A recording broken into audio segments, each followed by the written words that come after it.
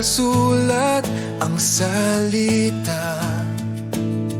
May layunin ng Diyos upang maniwala tayo kay Kristo Jesus. Ang kasulatan ng patotoo, si Jesus ang Kristo, ito ang totoo.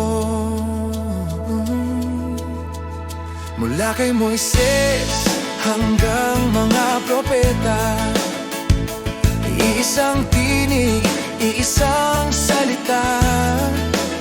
Sa pananalig, buhay ang hatid.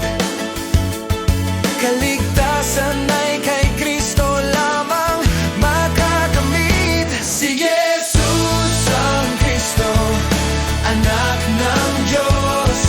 Sa kanyang pangalan, buhay ang lubos. Si Jesus ang Kristo, aming sasabihin.